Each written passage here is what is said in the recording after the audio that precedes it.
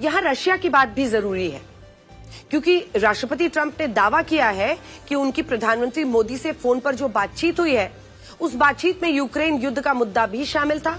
और राष्ट्रपति ट्रंप के मुताबिक भारत ने वादा किया है कि वो रशिया से कच्चे तेल की खरीद को बंद कर देगा और इसकी जगह अमेरिका और वेनेजुएला से कच्चे तेल का आयात करेगा। राष्ट्रपति ट्रंप के इस दावे की भारत ने अब तक औपचारिक रूप से तो कोई पुष्टि नहीं की है और प्रधानमंत्री मोदी ने भी अपने बयान में कहा, कहीं ऐसा नहीं लिखा है कि भारत रशिया से कच्चा तेल खरीदना बंद कर देगा। हालांकि इसके बावजूद राष्ट्रपति ट्रंप के इस दावे पर हमारे देश में काफी हंगामा हो रहा है और कांग्रेस समेत लगभग जितने भी विपक्षी दल हैं, सभी विपक्षी दलों के नेता ये कह रहे हैं कि क्या भारत ने इस ट्रेड डील को करने के लिए रशिया से अपने संबंधों को किनारे रख दिया है।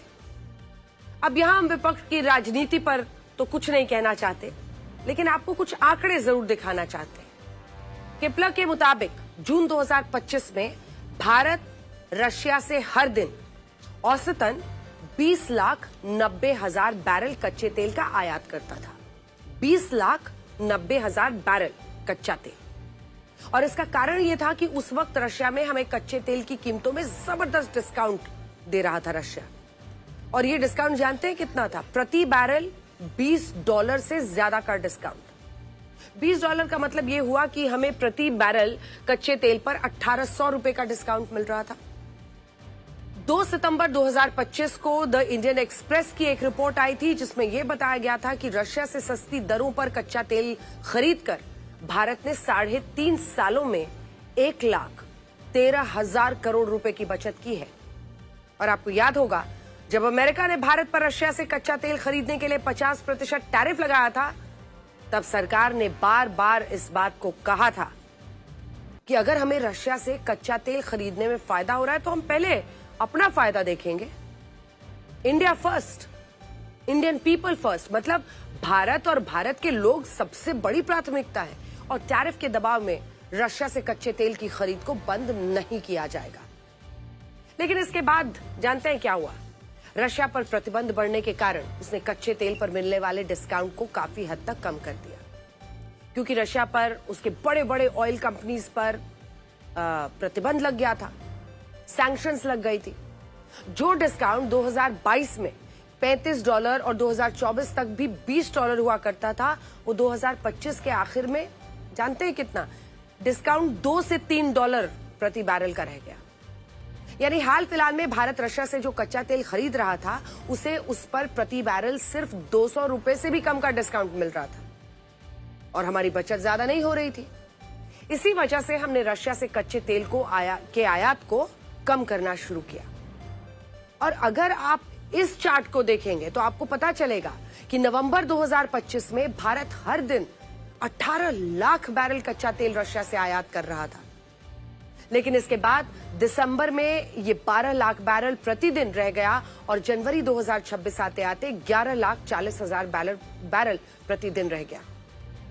और अनुमान यही है कि कम डिस्काउंट मिलने के कारण मार्च महीने तक भारत रशिया से प्रतिदिन 8 लाख बैरल कच्चे तेल का ही आयात करेगा। और ऐसा हम इसलिए कह रहे हैं क्योंकि अब रशिया से हमें वैसा डिस्काउंट नहीं मिल रहा, वैसे पैसे का फायदा नहीं हो रहा जैसा पहले मिल रहा था।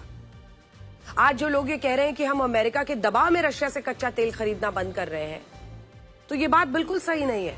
सच्चाई ये है कि हम सिर्फ अपना फायदा देख रहे हैं और होना भी यही चाहिए। हमारी जगह रशिया भी होता तो वो भी यही करता। जहां से उसे सस्ता कच्चा तेल मिलेगा वहीं से लेता, भारत भी वहीं से सस्ता कच्चा तेल लेगा जहां उसे फायदा होगा। हमने कभी भी रशिया के साथ कच्चे तेल की खरीद किसी करार के साथ शुरू नहीं की थी। हम रशिया से कच्चा तेल तभी तक खरीद रहे थे जब तक हमें इसमें फायदा हो रहा था। लेकिन आज जब हमें इसमें ज्यादा डिस्काउंट नहीं मिल रहा है तो हम इन देशों को भी देखेंगे, तलाश रहे हैं जिनसे कच्चा तेल खरीदकर भारत की बचत हो, भारत का फायदा हो।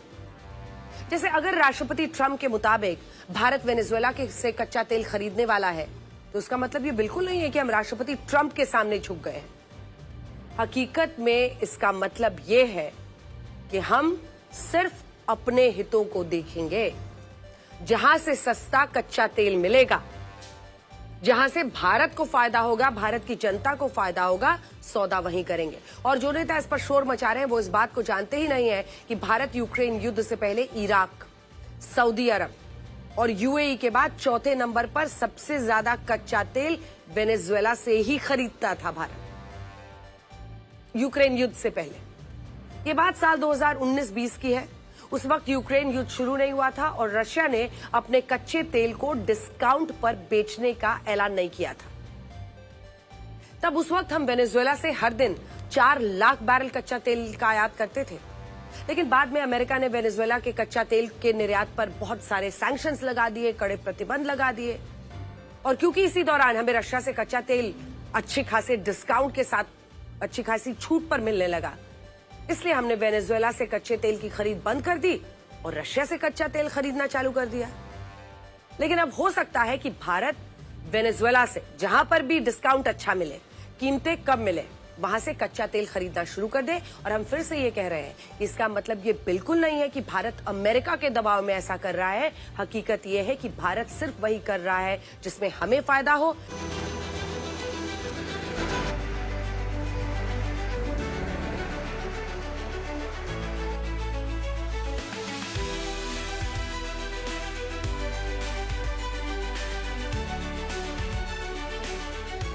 Here's the problem. You know the problem. They're purchasing Russian oil. I don't want them purchasing Russian oil. And they've got to stop immediately. Not fair to us. They're purchasing Russian oil and we have to, do things now. A friend of mine, we have a great relationship. He just said that 2 days ago, as you know. We have a great relationship. No, we were not happy with him buying oil from Russia, because that lets Russia continue on with this ridiculous war where they've lost 1.5 million people, by the way. Russia's lost 1.5 million people, soldiers mostly. This is a war that should have never started, but it's a war that